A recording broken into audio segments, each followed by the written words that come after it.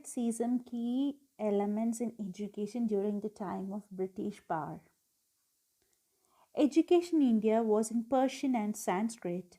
In 1835, an Englishman named Macaulay suggested a change. We should teach the natives through the English language. I concur. We think with language and we have to change the people's language to change their mindset. English education produced clerks to whom the British gave petty jobs under them. Incidentally, it also produced a new generation of intellectuals. We must educate our brothers and try to improve their material conditions. For that, we must convey our grievances to the British Parliament. Here we are having the idea of Macaulay's Minute. He's a very famous person, Macaulay, and he just introduced English education in India. Okay, so back then, all the teachings were in the form of Persian and Sanskrit.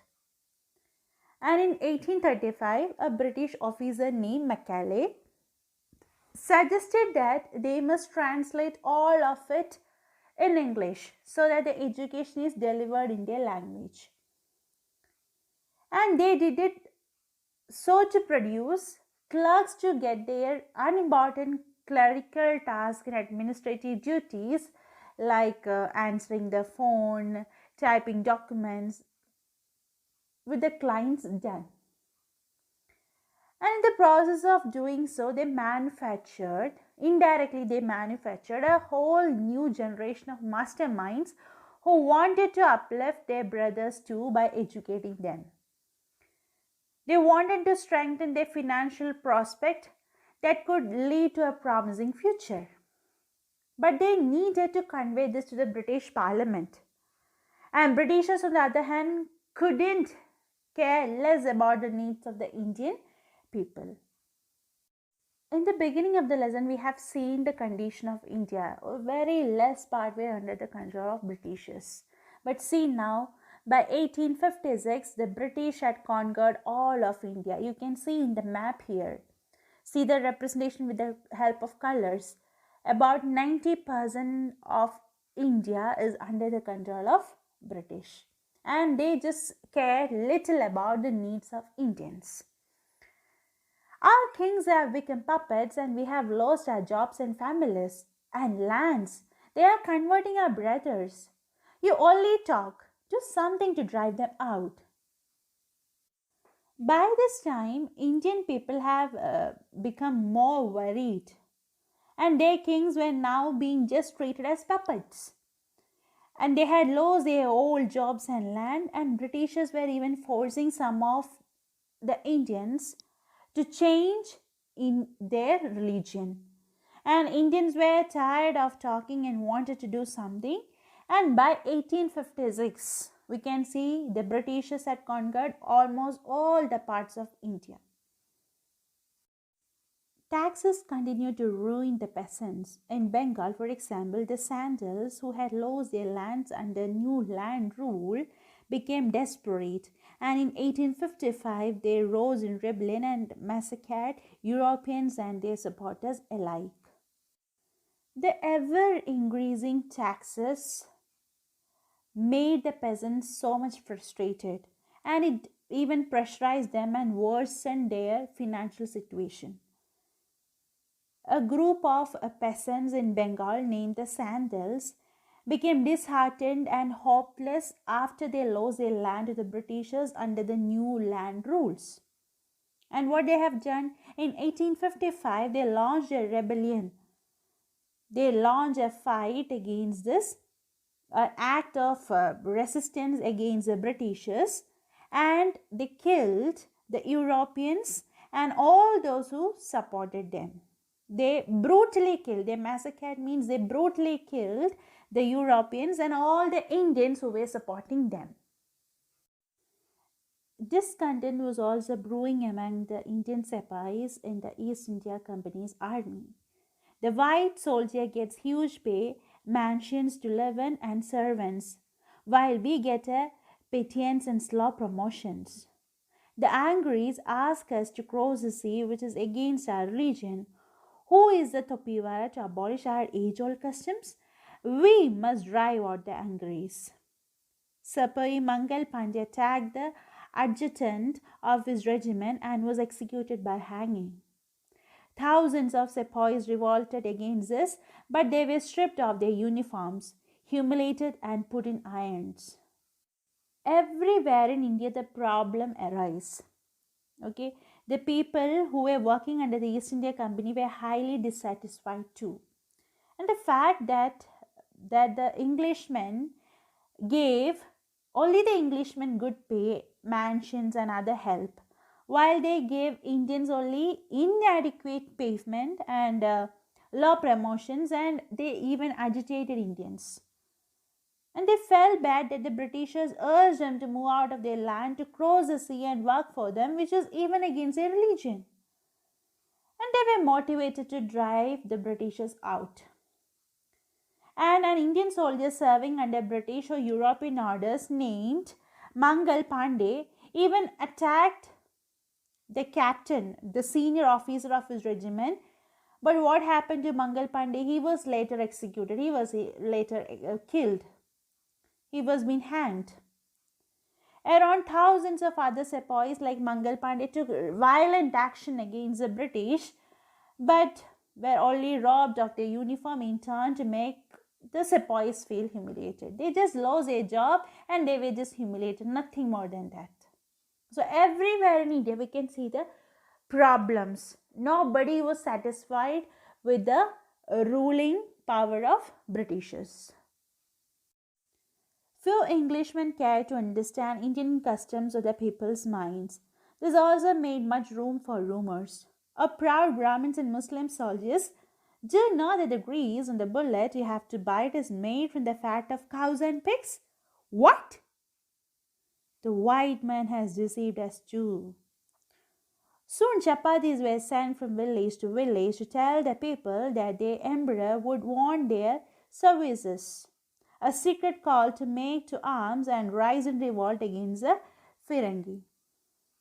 Yes, all my village men will be ready. Similarly, lotus flowers were circulated among Indian sepais. Dead to the foreigner, the masses gave all help and shelter to these patriotic sepais and peasants. Here we can see that some other Englishmen even began to understand how Indians thought, how their mind works and their customs. And they told Brahmin soldiers that the bullet that we're supposed to bite is covered with grease made of cow and pig fat. And we knew that for the Brahmins and Muslims, this is not at all accepted. Next, we can see chapatis were sent to each home in every village, conveying that their services would be required to fight the Englishmen. It is a secret message with the help of these chapatis. And people agreed. And lotus flowers were circulated among the Indian soldiers. And the nation stood against them with the support of the masses in the form of shelter and other help to the patriots. In this image, we can see the revolt, the actual revolt against the Britishers, the first war of independence.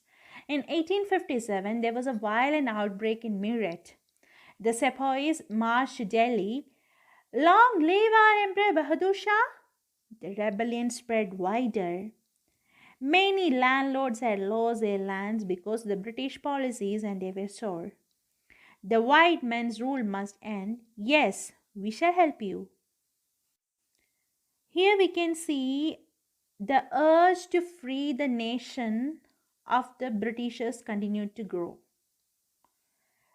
In the city of Meerut also, the people started a violent outbreak.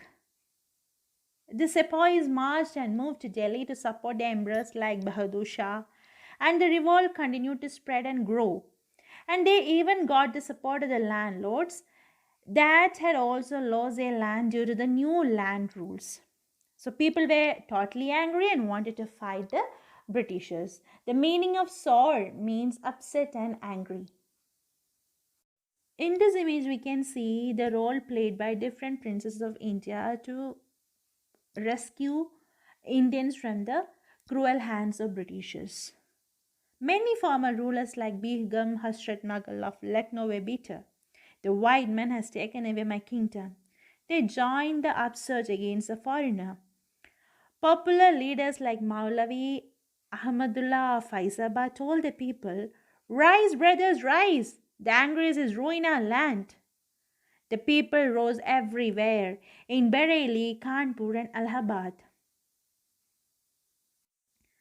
Azamullah Khan told Tyagya Top, "We should have Pasha Nana Sahib as a leader in this war of independence." The patriots pounced upon the British and fought pitched battles all over North India. 80-year-old Kunwar Singh of Bihar received a bullet in his wrist. "Mother Ganga, this is my last offering to you." As I have already told you, this is the glimpses of the role played by different rulers of India, the Indian rulers.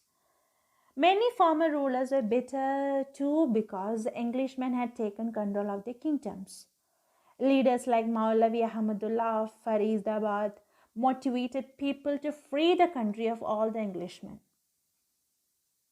And the people of Bareilly, Kanpur, and Allahabad rose forward too. Former rulers like Begum Hasrat Magal of Lucknow joined them because her kingdom had been taken by the British.